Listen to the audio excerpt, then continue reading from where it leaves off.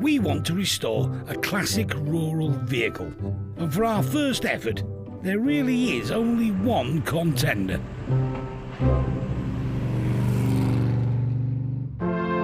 The trusty Land Rover was created by Maurice Wilks. His prototype was modelled on an American Jeep, but the real Series 1 was launched in 1948. It had an aluminium body and green paint because both were left over from the war. Underneath, a sturdy box section chassis and mostly four-wheel drive. With the help of fire and ambulance variants, sales were so good they overtook those of Rover's famous saloon cars. By 1951 they'd been sold to nearly 70 countries. In the decades that followed, there were a few updates, but the construction didn't really change for 65 years, until the last traditional style Defender rolled out of the factory.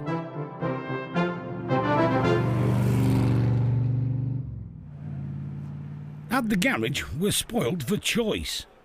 They're in the wrong order here, really. I like things tidy, but I didn't put them in date of manufacturing order for a session with you on the camera. So no, so we've started with that, obviously, Series 1 there. We finished off with that before they went on to Defender, and then somewhere in between, they produced that. But that is a little bit of an oddball thing, that. That's got a bit of all sorts on that one. As he's gone along, the owner, he's improved it.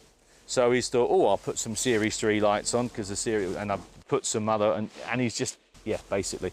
Someone who didn't know any different would walk in, wouldn't they, and think, blue one's the most expensive one because it's shiny. No, the green one's the most expensive one because it's not shiny. And of course, the thing that we've got to remember throughout all this is they don't make them anymore. Not like that.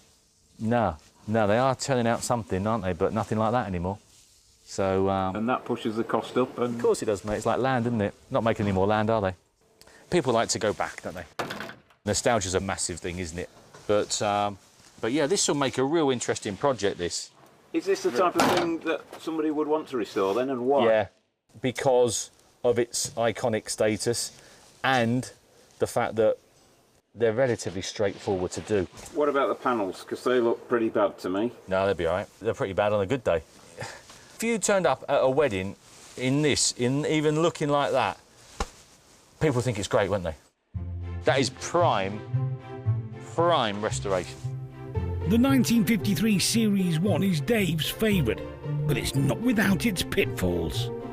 There'll be an orderly queue for that. There'll be a load of guys that will want to tackle that. What's that going to go for at auction? Last year, I would have said that would have done 14 grand.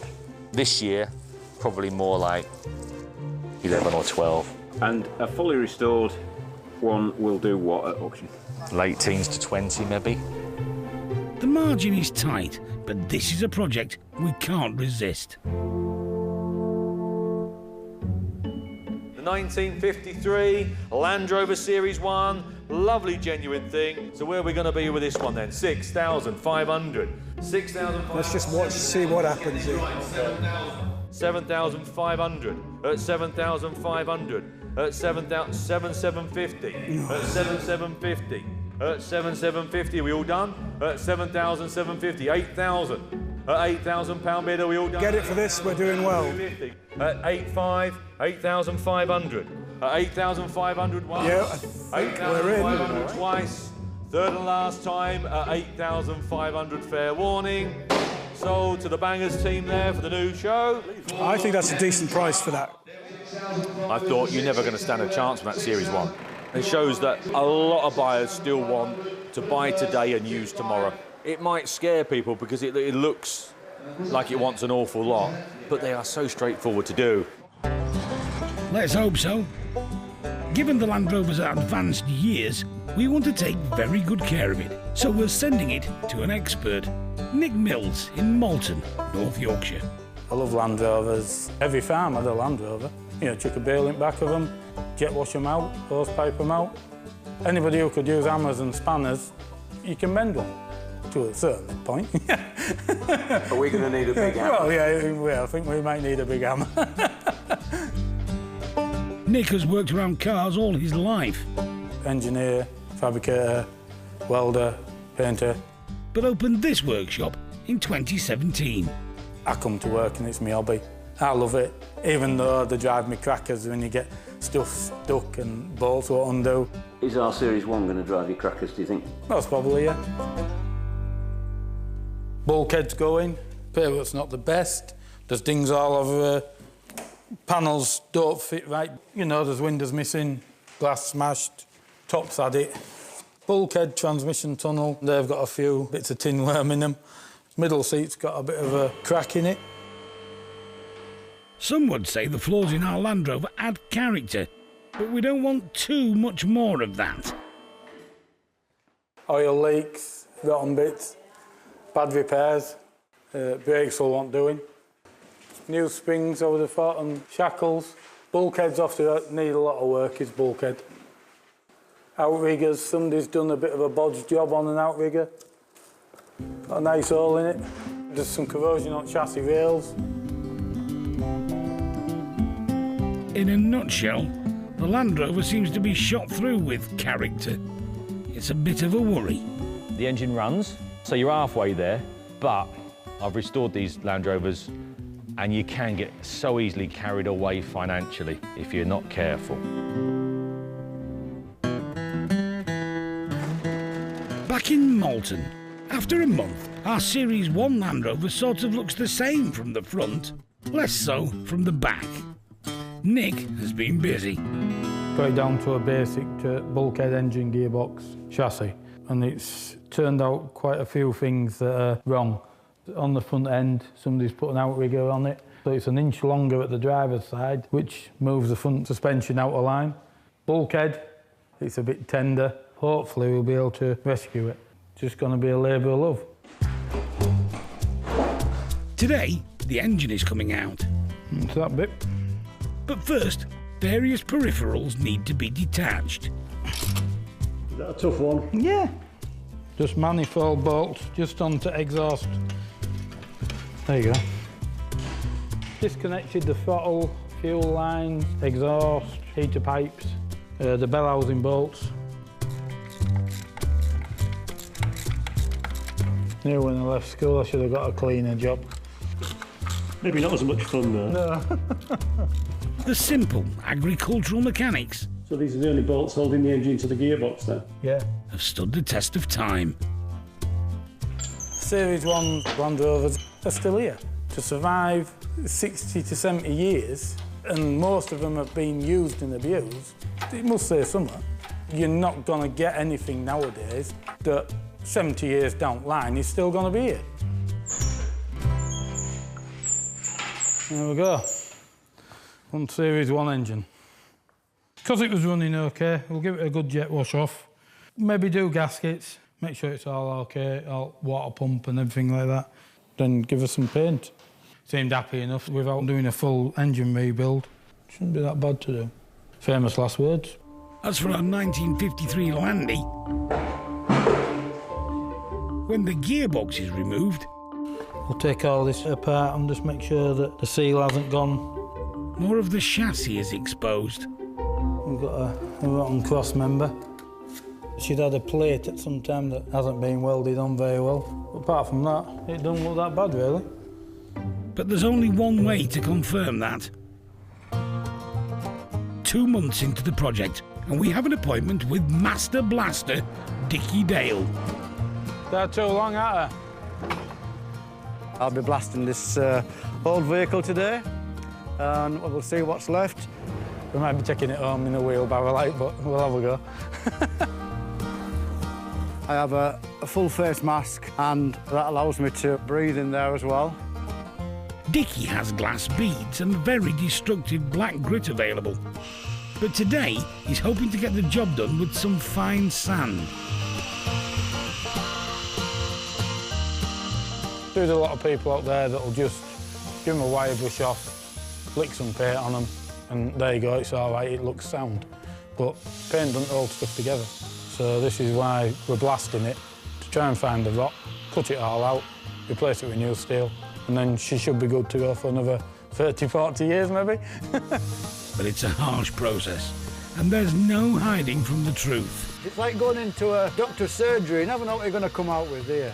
Hopefully it's going to be nice and shiny, and we won't have to give it too many injections to make it right again. Back at the garage, though, a sobering conclusion. It disappeared. There was a lot of white dust and everything, and somebody had decided to use filler instead of steel. The last thing we need right now is a Matthewson in his shiny, solid Land Rover. Oh, wow, there's not much of that left, is there? Oh, the joy of Land Rovers. Oh, I can see straight through there and out the other side. Yeah, the top, yeah. Yeah. Look at all the white bits. Look, all the white bits are just the remains of the filler in the world, bless them. Oh, blimey, it's like it's been shot with a 12-bore there. You'd think it was a World War II Jeep, wouldn't you, with all them bullet holes in there? It looks like we're in for a new chassis and bulkhead at a cost of around £6,000. If you could salvage bits of it, if it was just one side, if it was just the back end or front end, obviously Nick would be the first, I'm sure, to say, you know, we can do that, not a problem. But because it's everywhere, nah, as long as you can get a chassis, I would get a chassis underneath it and it's job done. But that's going to be the next obstacle for you, and it's trying to get a chassis, because I'll be amazed if there's not a fair waiting list on them. But Nick has connections. After a few calls, the vital steel is ordered from a firm in Doncaster. Plus, we could still be rescued financially. These rare Series 1s are doing big money. One that's been done right, late 20s, early 30s. Once it's all done, I think it might still turn, you know, a bit of profit. So there's not a lot to worry about with it, really. Good. I'll let you not worry about it then. Yeah, OK then, yeah, cheers.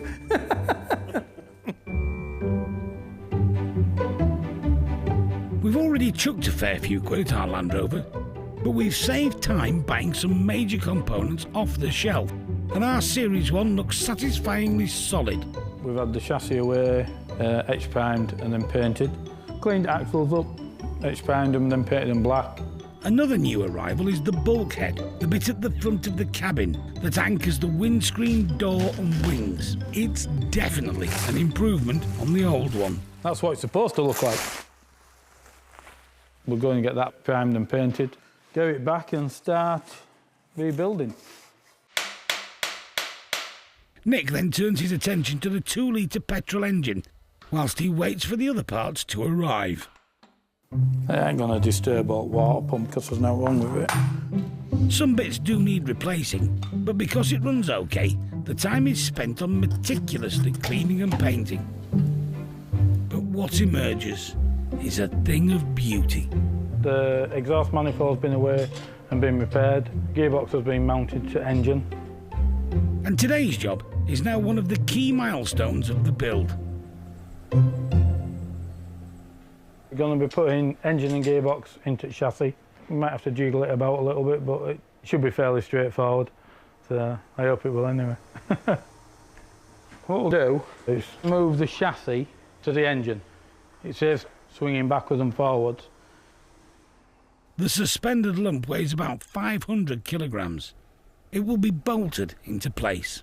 There's 2 front engine mountings and 2 back engine mountings. That's it. That's all there is on it. They're quite simple, really. There ain't a lot to them. Right. Scary part now, so we don't knock more paint off. Soon, we'll enter a new phase of the build. 8 months in, Nick's surprisingly relaxed about the work still needed. Once we actually get the engine and box in, it's just basically bodywork and electrics, which will soon come back together then. You start to want to get on with it because it starts to look like a car again. So it's nice, is this part. Nearly there. It'll look lovely, little thing when it's done. Some of the bodywork jobs will be carried out by off-site specialists. Need to get all the cappings off the body and get them sent away and get them re-galvanised, same as the windscreen surround. So it's just silly little things, really. It's like the wiper motors, you have to send away and there's people that recon them. But by the time we've finished the bodywork, they'll be back to put on. So you can work it so you've got everything at end to build up. None of this is cheap or quick, but this piece of motoring history will eventually look just like it did when it rolled out of the Solihull factory in 1953. It's August 2022, a year into the restoration of our 1953 Series 1 Land Rover. The rolling chassis is looking good, but restorer Nick Mills is now about to begin months of bodywork preparation. Well, this is the tub, what's left of it. This was on the back of the Land Rover? Yeah. Typical aluminium, years and years of abuse, and it's just corroded and bent. We'll have to replace this rear bar. We're going to take the floor out of it, make a new floor section. Everybody thinks that aluminium is like rust-free and it lasts forever. If you look at it here, when it corrodes, it goes brittle, and it just basically crumbles. If you try cutting it out and welding it, it just buckles it, and it explodes. They are what they are. They're old vehicles. You do the best you can. The new sections will eventually be joined together using a combination of bonding and riveting. But first, with the help of mechanic James, there's some dismantling prior to restoring individual components. There was plenty of panel beating. Yeah, it's a bit better. Some satisfying paint removal. And before you could say Happy Christmas, everything started to look a bit like this. We took every single panel back to a bare aluminium. Just giving it a coat of filler, flat it all down, and then get it ready for paint, really. The filler we use, it has aluminium filings in it, so it'll give the aluminium a little bit of strength as well. Takes a fair while to do it. It's not the easiest stuff to rub down. But finally, a reward for all the hard work as they return from the paint shop. It's looking good now. There'll be about 40 bits in green. A lot of it is better than it was new. Just have to remember how to put them all back together now. The rear tub is the first section to be put in place. All the other bits will have to wait because there's a big fiddly job to finish first. The electrics are not straightforward. We've put a new wiring loom in this one, but we're trying to make it look somewhat like it was, when it first came out. Nick does have a diagram from an old workshop manual to follow, but there's still quite a lot of guesswork. It doesn't give you an exact route for wiring, and because this didn't have a wiring loom as such, it was like bits of cable here, there and everywhere. You're having to try them best you can, but that looks quite good, does that? Over the next few weeks, the wiring progresses well, and more restored panels are finally back where they belong. Every bit you put on, it starts to look more like a Land Rover again. Now, 18 months after we first wheeled the Series 1 into this workshop, we can safely say we're finally on the home straight. Even this mind-boggling network is almost done. Bodywork's all on apart from the bonnet. We're getting there now, we're getting through it. Once you start getting main parts on it, like wings and stuff like that, all little bits sort of fall into place, and a bit of a sigh of relief when it starts to get to this stage, really. It may look like a beautiful Meccano model, but in reality, its components are much less regular. It bolts through the sides onto the front panel. Trouble is, you've got new bulkhead, so you're trying to fasten something that's made in 2022 into something that was made in 1954, so. You're never going to make them perfect because they aren't that sort of vehicle. So, for example, if the doors closed like a VW Golf, our Land Rover just wouldn't be as authentic. You have to slam it. This is your in-cab heater. Yeah, it just sits in there. It's all on display. These are sort of the final touches, aren't they? Oh, yeah. We're nearly there. Yeah, we're nearly there. Once we get all these on it, it's going to look mint. It's going to look mint. I think you'll miss this one again, won't you? Yeah, I will. It's come a long way, hell of a long way. I'm proud of it, yeah, I am.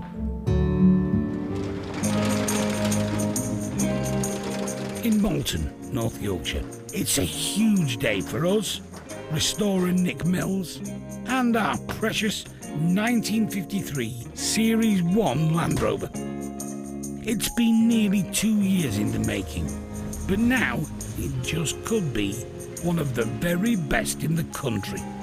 Yeah, it took a long time, but we got there and it's been emotional.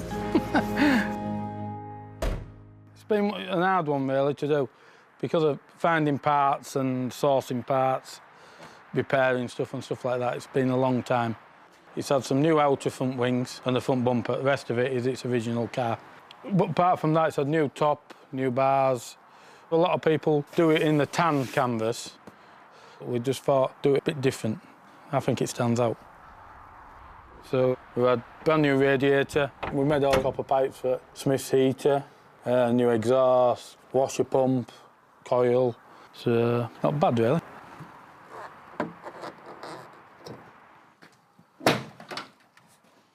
This looks quite nice. We had new seats made to like the factory spec. These old switches we've recommissioned, got going again. Dashboard we've recommissioned with old parts. Trying to keep everything original as we can. There's been a lot of hours, but you have to stick with it. That'll last another 50, 60 years. But that's history, and you aren't losing that. This is the vehicle we bought at auction in August 2021.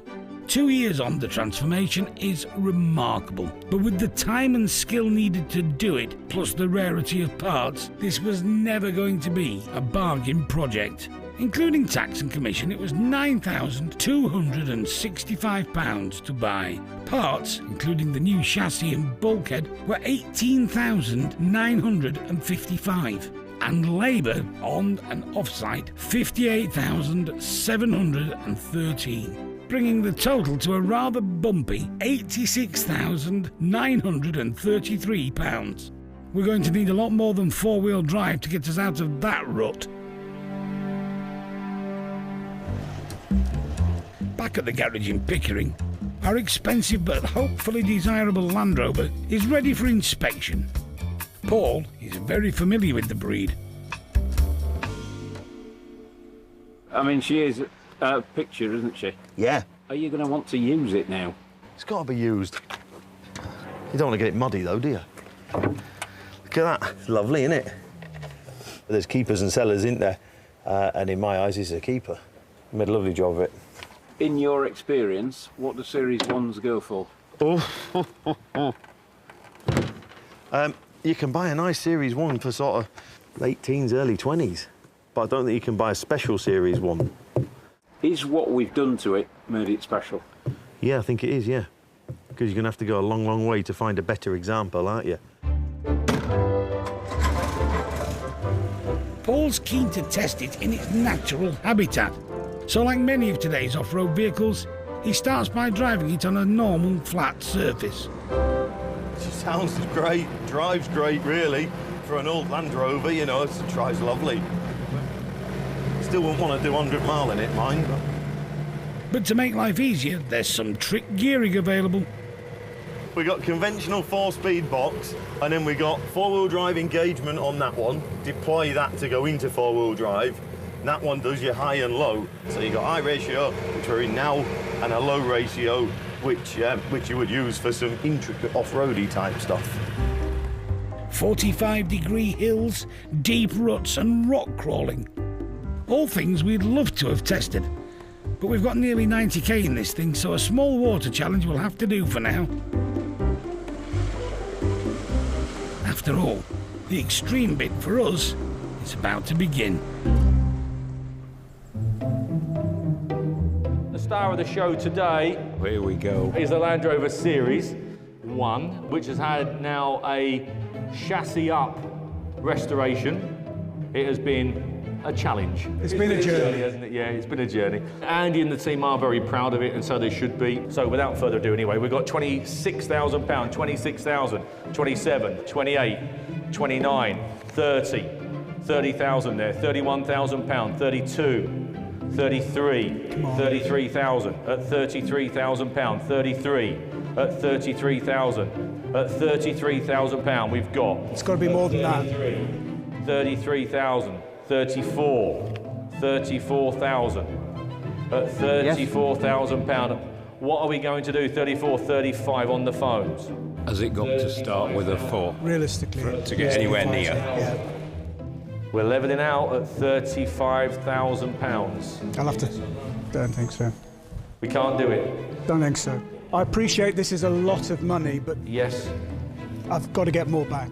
There you go, £35,000 provisional. We thank you for your bids. We'll talk to them. At £35,000 provisional. £35,000 provisional. Well done. Thank you, Dave. There you go. In the Land Rover Series 1 world, £35,000 is a really good bid. In the Andy Johnson world with a £75,000 bill, it's not such a good bid, is it? The provisional offer was made by Ron Powell from Teesside. All we can do now is appeal to his better nature. I want 45. Let's be fair, we all value things different, don't we? Yeah. Right then. Shall I leave the room? If there was a sofa, I'd hide behind it. Hello, Ron. Paul Matthewson down at the auction. How are we? I've had a good chat with Andy. He was hoping for more. He spent all the money in the world on it, of course. Oh, God. Andy's got this figure of 45 in his mind. OK. Yep. Thanks, Ron. Enjoy your night. Thank you. Ta-da.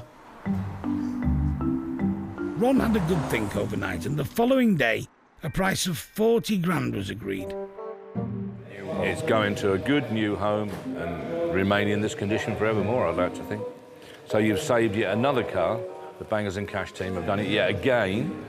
They put an old wreck into a concours car, if you like, that should now live for another 50 years. I think you should be proud of that.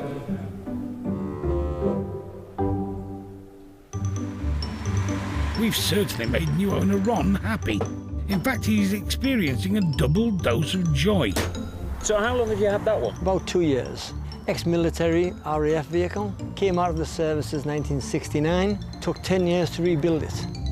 It may look like unnecessary duplication, but each car is an individual in its own right. They drive different, sound different, and perform different. They're very personal, and they become even more personal when one owns them. This is a lot smoother than other early Land Rovers I've had. I think that is because of the amount of work that's been done and really the quality of the work. But too much comfort, and the character will be lost. A friend of mine always says to me, whenever I'm going to collect him, please give him forewarning so he can put extra glue on his teeth. Some people say, why do you bother? But it's all part of owning a Land Rover.